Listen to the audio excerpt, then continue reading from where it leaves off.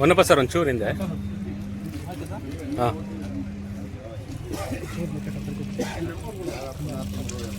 ಒಂದು ಭರವಸೆಯ ಯೋಜನೆ, ಗ್ಯಾರಂಟಿ ಯೋಜನೆ. ಆ ಯೋಜನೆ ಇಂದಿಗೆ 3 ವರ್ಷಗಳನ್ನು ಯಶಸ್ವಿಯಾಗಿ ಪೂರೈಸಿದೆ. ಅದರಲ್ಲಿ ಮೊದಲನೇ ಗೃಹಲಕ್ಷ್ಮಿ ಯೋಜನೆ. ಆ ಒಂದು ಗೃಹಲಕ್ಷ್ಮಿ ಯೋಜನೆಯಲ್ಲಿ ಚಿಕ್ಕನಾಯಕನಹಳ್ಳಿ ತಾಲೂಕಿನಲ್ಲಿ ಸುಮಾರು 54,000 ಫಲಾನುಭವಿಗಳು ಇದುವರೆಗೂ ಕೂಡ ಆ ಒಂದು ಗೃಹಶಕ್ತಿಯನ್ನು ಸಮರ್ಪಕವಾಗಿ ಬಳಸ್ಕೊಂಡಿದ್ದಾರೆ. ಕಳೆದ 3 ವರ್ಷಗಳಲ್ಲಿ 300 ಕೋಟಿಗೂ ಅಧಿಕವಾದ ಹಣ ನಮ್ಮ ಚಿಕ್ಕನಾಯಕನಹಳ್ಳಿ ತಾಲೂಕಿಗೆ ಗೃಹಲಕ್ಷ್ಮಿ ಯೋಜನೆಯಲ್ಲಿ ಬಂದಿದೆ.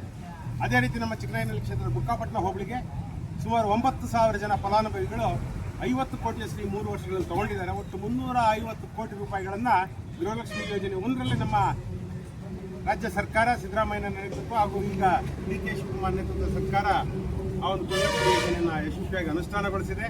ಅದೇ ರೀತಿ ಇನ್ನೂ ಉಳಿದ ಪಂಚ ಗ್ಯಾರಂಟಿನಲ್ಲಿ ಉಳಿದ ಯೋಜನೆಗಳಾದ ಶಕ್ತಿ ಯೋಜನೆ, ವಿದ್ಯಾನಿಧಿ ಹಾಗೂ ಗೃಹಜ್ಯೋತಿ, ಈ ಎಲ್ಲ ಯೋಜನೆಗಳಿಂದ ಸುಮಾರು 700 ಕೋಟಿಯಷ್ಟು ಅನುದಾನ ನಮ್ಮ ಚಿಕ್ಕನಾಯಕನಹಳ್ಳಿ ತಾಲೂಕಿಗೆ ಒಂದಕ್ಕೆ ಹರಿದು ಬಂದಿದೆ.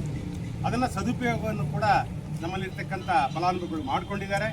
ಅದರಿಂದ ನಮ್ಮ ಈ ಒಂದು ಜನರ ದೈನಂದಿನ ಜೀವನ ಮಟ್ಟವನ್ನು ಕೂಡ ಸುಧಾರಿಸಿದೆ. ಕೆಲವರು ಅವಹೇಳನ ಮಾಡ್ತಾರೆ, ಏನಾಗುತ್ತೆ. ಜಯಕುಮಾರ್ ಸರ್ ಅವರ ನೇತೃತ್ವದಲ್ಲಿ ಕರ್ನಾಟಕ ಸರ್ಕಾರದ ಏನು ನಮ್ಮ ಆದೇಶದ ಅನ್ವಯ ಇಡೀ ತಾಲೂಕಿನಾದ್ಯಂತ ಪ್ರತಿ ಪಂಚಾಯತ್ ಗ್ರಾಮ ಪಂಚಾಯತ್